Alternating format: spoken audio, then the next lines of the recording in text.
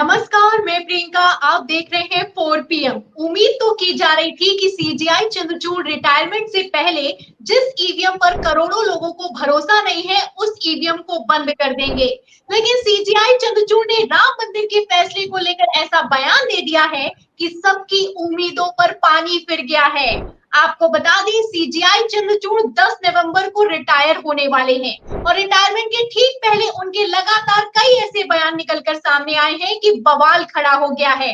और बवाल तो इतना ज्यादा खड़ा हो गया है कि सुप्रीम कोर्ट के वकीलों के भी बयान निकलकर सामने आ रहे हैं। और तो और सीजीआई चंद्रचूड़ से अब तो वैज्ञानिक भी डायरेक्ट सवाल कर रहे हैं कि आखिर ये चल क्या रहा है। आपको संवैधानिक पद पर बैठाया गया है, ना कि किसी मंदिर के पुजारी के पद पर। तो क्यों सवाल किए जा रहे हैं सीजीआई चंद्रचूड़ को लेकर? सीजीआई चंद्रचूड़ ने आखिर ऐसा क्या कह दिया है कि बवाल खड़ा हो गया है? आपको बयान भी सुनाएंगे और इस पर चर्चा करेंगे। चर्चा करने के लिए हमारे साथ मौजूद हैं सुप्रीम कोर्ट के सीनियर वकील महमूद प्राचा जी। स्वागत करते हैं और चर्चा की शुरुआत करते हैं। भूमिका नहीं बांधते हैं क्योंकि ये जो बयान है वो अपने आप में काफी महत्वपूर्ण है, इसलिए डायरेक्ट चर्चा पर आते हैं। नमस्कार सर। नमस्कार सर, सीजीआई चंद्रचूड़ की तरफ से बयान निकलकर सामने आया है और कहना है कि जब राम मंदिर का फैसला लेना था तो मैं भगवान के सामने बैठ गया और जब भगवान के सामने बैठा तो मुझे शक्ति मिली तो मैंने फैसला ले लिया। अब इसी को लेकर सर बवाल खड़ा हो गया है। कई सुप्रीम कोर्ट के सीनियर वकीलों के बयान भी निकलकर सामने आए हैं और तो और जाने माने वैज्ञानिक गौहर रजा है, उन्होंने तो यहाँ तक कह दिया है कि चंद्रचूड़ जी, आपको ईश्वर से प्रार्थना करने के लिए नहीं, संविधान से हल निकालने के लिए सीजीआई की गद्दी पर बिठाया गया है। तो इस बयान पर सर आपका पहला कमेंट क्या होगा? ये बात कह के मुझे इंस्पिरेशन मिली थी और मुझे क्या रास्ता, इंस्पिरेशन नहीं बल्कि रास्ता मिला था, क्या जजमेंट पास करनी है वो रास्ता मिला था। ये कतई सफेद झूठ है, फ्रॉड है, धोखा है। ऐसा कुछ नहीं हुआ था। ये चंद्रचूड़ साहब झूठ बोल रहे हैं। देखिए सर, आप तो सुप्रीम कोर्ट के सीनियर वकील हैं और वकील होने के नाते आप बोल सकते हैं, लेकिन फिलहाल हमारा ये कहना है, मैं आपके पास इसलिए आई हूँ क्योंकि कई बयान निकलकर सामने आए हैं। एक तो सीजीआई चंद्रचूड़ की तरफ से बयान निकलकर सामने आया है, तो कई सुप्रीम कोर्ट के वकीलों के भी तरफ से बयान निकलकर सामने आए हैं। अब सवाल इस बात का खड़ा होता है कि सीजीआई चंद्रचूड़ ने जो बयान दिया है आखिर अब क्यों दिया है, पहली बात। और दूसरा सवाल सर ये खड़ा होता है कि अगर मान भी लीजिए कि वो सच बोल रहे हैं, उन्होंने इंस्पिरेशन ली थी, भगवान के सामने बैठे तब उन्होंने समझ में आया कि राम मंदिर में क्या जजमेंट देना है, तो इसको सर सार्वजनिक मंच पर बोलने की जरूरत क्या है? क्योंकि जो पूजा आप करते हैं, जो भी धार्मिक कर्मकांड करते हैं, ये तो पूरी तरीके से पर्सनल होता है ना सर। देखिए, मैं यही बोल रहा हूं ना, जब तक आप लोग इस बात को नहीं समझेंगे कि चंद्रचूड़ साहब झूठ बोल रहे हैं पब्लिक मोटिव से, तब तक आप नहीं समझ पाएंगे इसको। इनका कोई इंटरेक्शन भगवान से नहीं हुआ, मैं इस बात की गारंटी दे रहा हूं। ये झूठ बोल रहे हैं। भगवान से इनका इस जजमेंट के बारे में कोई इंटरेक्शन नहीं हुआ। ये आंख में घुस के झूठ बोल रहे हैं, मैं ये बोल रहा हूं। और ये बात सच है और चंद्रचूड़ साहब झूठ बोल रहे हैं। और इस बात का सबूत इस बात का है कि वो ना अपना लाई डिटेक्टिंग टेस्ट कराएंगे इस बात को सच साबित करने के लिए, ना नार्को एनालिसिस टेस्ट कराएंगे। सीधी सी बात है, इसमें और कुछ भी डिस्कशन करना चंद्रचूड़ साहब की बात को दम देने जैसा या उनकी बात पे यकीन करने जैसा होगा। कोई व्यक्ति इनकी बात पे यकीन नहीं कर रहा, ये झूठ बोल रहे हैं। इनका इंटरेक्शन किसी भी हालत में इस जजमेंट को लेके भगवान से नहीं हुआ है, कोई इंटरेक्शन नहीं हुआ। ना कोई रास्ता दिखाया है और ना इन्होंने कोशिश की है रास्ता जानने की। ये सरासर झूठ बोल रहे हैं। सबूत दिखाएंगे। ये तो वीडियो बनाते हैं ना, जब भी भगवान के सामने खड़े होते हैं ये तो तुरंत वीडियो बनाते हैं। अभी मोदी जी के साथ वीडियो नहीं मिली थी इनकी, खड़े होते हैं तो भी वीडियो निकलकर सामने आते हैं। भगवान के सामने तो ये जरूर वीडियो में ही खड़े होते हैं। और इतनी प्राइवेट बात होती है तो अपनी पूजा को पब्लिसाइज करते ही है ना। मोदी जी के साथ इन्होंने पूजा पब्लिसाइज नहीं की, तो जिस दिन इन्होंने जजमेंट लिखने से पहले जब भगवान के सामने बैठे होंगे, ध्यान लगाया होगा रास्ता पूछने के लिए कि ये कॉम्प्लिकेटेड इशू है और मुझे इसमें रास्ता समझ में नहीं आ रहा, रास्ता समझने के लिए उस दिन की वीडियो दिखा देंगे। वरना ये झूठ बोल रहे हैं, सरासर झूठ बोल रहे हैं। वीडियो नहीं तो ये भगवान के सामने। ये सर पर्सनल आस्था का विषय है, उन्होंने पूजा की या फिर की नहीं की वो बात अलग की है, लेकिन सवाल इस बात का खड़ा होता है, संविधान का सवाल खड़ा होता है। जब आप बात करते हैं कि हाथों से तलवार हटाकर न्याय की देवी को संविधान पकड़ाया जाएगा और वहीं दूसरी तरफ धर्म की इस तरीके से प्रचार किया जाए, वो भी खुले मंच से प्रचार किया जाए, और रिटायरमेंट के ठीक पहले सर सीजीआई चंद्रचूड़ की तरफ से ऐसे बयान लगातार निकलकर सामने आ रहे हैं। पहले तो गणेश पूजा में आपने देखा कि किस तरीके का वीडियो निकलकर सामने आया, उसके बाद बवाल खड़ा हुआ, और अब इस तरह का बयान दिया है, वो भी राम मंदिर के फैसले को लेकर। और सबसे बड़ी बात ये है सर, अभी एक दिन पहले ये भी कहा है कि मेरी भगवान में गहरी आस्था है, मैं रोज भगवान की पूजा करता हूँ। आखिर क्यों सर भगवान के इतना करीब सीजीआई चंद्रचूड़ अब रिटायरमेंट के ठीक पहले खुद को साबित कर देना चाहते हैं? सवाल खड़ा होता है सर। ये बिल्कुल भी पूजा नहीं करते, मेरा ऐसा दावा है। ये सबूत दिखाएं। अगर ये क्लेम करते हैं मेरी आस्था है तो उसका सबूत दिखाना पड़ेगा इन्हें। जैसे मैं अपने बारे में बात करता हूं, मैं तो क्लेम ही नहीं करता। मेरी आस्था है या नहीं है ये मेरा पर्सनल निजी मामला है। मैं दुनिया के सामने इसे क्यों शेयर करूंगा यदि मुझे इसका पॉलिटिकल फायदा या कोई और दूसरा फायदा नहीं उठाना होगा। और अब रिटायरमेंट के नजदीक आ गए तो जरूरी बात है इन्हें कुछ ना कुछ तो ड्रामा करना ही होगा, कुछ ना कुछ फायदा उठाने के लिए। हो सकता है कोई अपना आश्रम ही खोल ले। हमारे एक मित्र हैं, अब तो नहीं रहे मित्र वो, क्योंकि अब वो ऐसी जगह चले गए, मित्रता उन्होंने खुद ही तोड़ दी। वो प्रबोध कृष्णम जी हैं, वो पहले हमारे साथ यूथ कांग्रेस में थे।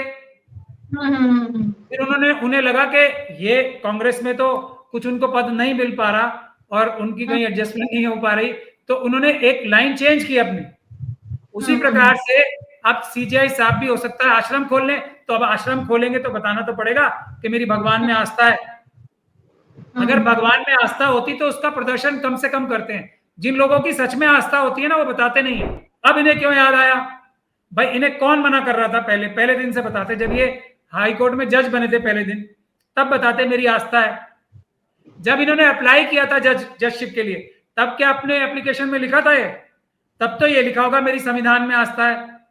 अब आज संविधान का दिखावा और मन में कुछ और। ये संविधान इजाजत देता है सबको अपना धर्म का पालन करने की, लेकिन सार्वजनिक तौर पे नहीं, और खास तौर पे जो संवैधानिक पद पे बैठा है। ये तो इनको खुद 1997 का जो फुल कोर्ट का एक मीटिंग हुई थी और उसमें कुछ एथिक्स निकाल के बनवाए गए थे, वो मेरे ख्याल से इन्होंने पढ़े ही नहीं, या पढ़े हैं तो पढ़ के उनको नजरअंदाज कर रहे हैं जान के, उनकी खिलाफत कर रहे हैं जान के। और देखिए सब बातें छोटी रह जाती हैं। जो भगवान के नाम पे झूठ बोलते उससे बड़ा झूठा कोई नहीं होगा। अब तो इनके सारे फैसलों पे शक करना पड़ेगा, क्योंकि ये तो भगवान का ही नाम लेके झूठ बोल रहे हैं। इनकी कोई बातचीत नहीं हुई वो फैसला लिखने से पहले बाबरी मस्जिद का। मैं ये दावे के साथ कह रहा हूं। अब ये मेरा दावा झूठा ठहरा दे, हम दोनों एक सूट डाल देते हैं। ये चंद्रचूड़ साहब मेरे खिलाफ इस दावे को करने के एक सूट डाल दें। मैं ये दावा कर रहा हूं कि इन्होंने ये झूठ बोला है। अब इनको चाहिए अपनी बात को सच करने के लिए सूट डाल दें। मैं सीधा सीधा जो है कोर्ट में यही कहूंगा कि इनसे लाई डिटेक्टिंग टेस्ट पे बिठा लीजिए। 100% बड़े जोर जोर से भोंपू बज जाएंगे जैसे ये बोलेंगे ना। मैंने बैठा था, ध्यान लगाया था बाबरी मस्जिद की जजमेंट लिखने से पहले, वैसे ही जो उसकी वो होती है ना सुई, ऐसे ऐसे जाने लगेगी। झूठ झूठ झूठ झूठ झूठ, मेरा ये दावा है। बड़ी बातें खड़ी हो रही हैं सर इस टाइम। सीजीआई चंद्रचूड़ जिस तरीके के बयान दे रहे हैं और खुद ही कह रहे हैं कि मैं टेंशन में हूँ, कहना है कि मैं काफी ज्यादा चिंतित हूँ, कि मैं खुद से ये सवाल भी करता हूँ कि क्या मैं वो सब अपने कार्यकाल में कर पाया जो कि मुझे करना था, इतिहास मेरे कार्यकाल को कैसे याद रखेगा। इस तरीके के बयान निकलकर सामने आ रहे हैं सीजीआई चंद्रचूड़ की तरफ से, जब कार्यकाल खत्म होने वाला है। तो इतिहास तो उनका काफी अच्छा चल रहा था, लेकिन अब जो बयान निकलकर सामने आ रहे हैं इस पर क्या कहेंगे सर? और इस समय ये बयान क्यों दिए जा रहे हैं, इस पर क्या कहेंगे सर? देखिए गोगोई साहब का साफ था, उन्होंने जनता की अदालत में प्रेस कॉन्फ्रेंस करके 2018 में गुहार लगाई कि देखो हमारे ऊपर दबाव है, हमसे कुछ गलतियां हुई हैं जो पब्लिक डोमेन में भी आई। वो उन्होंने हालांकि प्रेस कॉन्फ्रेंस में नहीं बोला था, और हम पे दबाव है, हमें बचा लो। ये जनता से उन्होंने गुहार लगाई थी 4 सिटिंग जजेस ने बैठ के 2018 में, और गोगोई साहब उसमें थे। जनता उनको बचा नहीं पाई, तो उन्होंने फिर जो फैसले किए, राफेल का फैसला किया, ये ईवीएम का जो सबसे खराब से खराब फैसले आए वो गोगोई साहब के टाइम में आए। सारा उन्होंने ईवीएम का जो सिस्टम को लेजिटिमाइज किया है वो गोगोई साहब ने किया है। बाबरी मस्जिद का तो सबको पता ही है, उसके बारे में तो मैं क्या बोलूं। और उसके बाद राफेल का देख लें आप, तो उन्होंने जनता उन्हें बचा नहीं पाई तो उन्होंने पूरा सरेंडर कर दिया सरकार के सामने, उनका तो खुला था। और उन्होंने ये भी कहा जब उन्हें राज्यसभा दी गई कि ये मेरे लिए बहुत छोटा पद है, यानी कि वो उम्मीद करते थे राज्यसभा के पद से भी बड़ी। तो उसी प्रकार से मैं समझता हूं चंद्रचूड़ साहब भी अब आने वाले समय में आईसीजे जाने के लिए लॉबिंग करेंगे या राज्यसभा के लिए करेंगे या कोई बहुत बड़ा मठ बनाएंगे। अभी श्री की जो जजमेंट आई है उसको भी लोग बड़ी ही हैरानी की नजर से देख रहे हैं।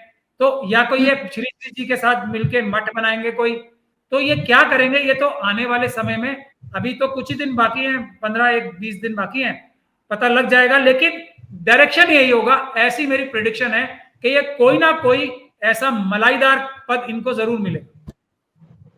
अब सर वही बात है, जैसे कि क्या होगा क्या नहीं होगा ये तो आने वाला वक्त बताएगा। लेकिन जैसे बयान निकलकर सामने आ रहे हैं, जैसे सीजेआई चंद्रचूड़ चिंतित दिखाई दे रहे हैं और जैसे भगवान के प्रति अपनी आस्था को लगातार जाहिर कर रहे हैं, जबकि अभी भी वो संवैधानिक पद पर बैठे हुए हैं, ये अपने आप में कई संदेह पैदा करता है। आखिरी सवाल लूंगी सर, जो ईवीएम को लेकर भी भड़के हैं सीजेआई चंद्रचूड़, इस बार सुप्रीम कोर्ट में जो याचिका लगाई गई थी वो जबरदस्त भड़के हैं, इस पर क्या कहेंगे सर? क्योंकि हरियाणा विधानसभा चुनावों की अगर बात की जाए तो कई तरह के सबूत निकलकर सामने आए और दावा भी किया गया कि ये पुख्ता सबूत हैं। चुनाव आयोग ने सर अभी तक कांग्रेस के रिमाइंडर भेजे जाने के बावजूद जवाब नहीं दिया है और सुप्रीम कोर्ट एक्शन लेने के लिए तैयार नहीं है। सीजेआई चंद्रचूड़ कह रहे हैं कि आप क्या चाहते हैं, मैं चुनी हुई सरकार को शपथ लेने से रोक दूं, इस तरीके के भड़के हैं। तो इस पर क्या कहेंगे सर? ईवीएम को लेकर भी काफी उम्मीद थी सीजेआई चंद्रचूड़ से, क्योंकि इलेक्टोरल बॉन्ड को जैसे एक झटके में कैंसिल कर दिया गया था, उसके बाद सीजेआई चंद्रचूड़ से लोगों को काफी उम्मीद थी। सर सच्चाई तो उनकी बातों में थी पिटीशन की, इसमें कोई शक नहीं है। हारने के लिए डाला गया वो एक दूसरी बात है। चंद्रचूड़ साहब को जो एक नया काम किया उन्होंने, देखिए विचित्र काम है और इसका क्रिटिसिज्म करना बहुत जरूरी है।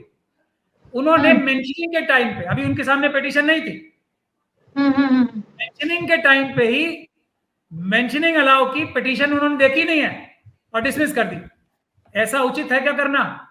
ये भी उनके खाते में वैसे ही लिखा जाएगा जैसे जज लोया का उनके खाते में लिखा जाएगा कि एक जज को न्याय नहीं दिलवा पाए जिसकी हत्या हुई। बिल्कुल ठीक बात है सर, जो बयान निकलकर सामने आ रहे हैं वो कई तरह के संदेह खड़े कर रहे हैं और जिस तरीके के अब सीजेआई चंद्रचूड़ चिंतित दिखाई दे रहे हैं वो भी सवालिया निशान में है। बहुत बहुत शुक्रिया सर, आपने जो समय दिया हमें। बहुत तो ये थे हमारे साथ में महमूद प्राचा जी। आपने सुना कि किस तरीके से उन्होंने सीजेआई चंद्रचूड़ के राम मंदिर के फैसले के पर दिए गए बयान को कटघरे में खड़ा कर दिया है। उनका कहना है कि जो सीजेआई चंद्रचूड़ है वो कभी भी किसी तरह की ऐसी कोई पूजा नहीं करते हैं कि फैसला सुनाने के लिए उन्हें कोई शक्ति मिल जाए। अब इस तरीके के बयान दिए जा रहे हैं, आखिर क्यों दिए जा रहे हैं? और रिटायरमेंट के ठीक पहले आखिर क्यों एक चीफ जस्टिस ऑफ इंडिया सार्वजनिक मंच पर अपनी धार्मिक भावनाओं को प्रकट कर रहा है? सबसे बड़ा सवाल तो इसी बात को लेकर खड़ा होता है। पहले आप जानते हैं कि कैसे गणेश पूजा के दौरान प्रधानमंत्री नरेंद्र मोदी और सीजेआई चंद्रचूड़ एक साथ नजर आए, उसके बाद बवाल खड़ा हुआ और अब बयान निकलकर सामने आ रहे हैं। तो इन बयानों के अपने आप में क्या मायने हैं और रिटायरमेंट के ठीक पहले सीजेआई चंद्रचूड़ क्या करना चाहते हैं, क्या साबित करना चाहते हैं? इस सवाल के जवाब में, इस पूरी खबर पर, इस पूरी चर्चा पर आपकी जो भी राय है हमें कमेंट बॉक्स में जरूर लिखें। वीडियो को ज्यादा से ज्यादा शेयर करें, हमारे चैनल को लाइक करें, सब्सक्राइब करें, ज्वाइन करें। फिर मिलती हूँ अगली खबर के साथ, अगली चर्चा के साथ। तब तक के लिए धन्यवाद।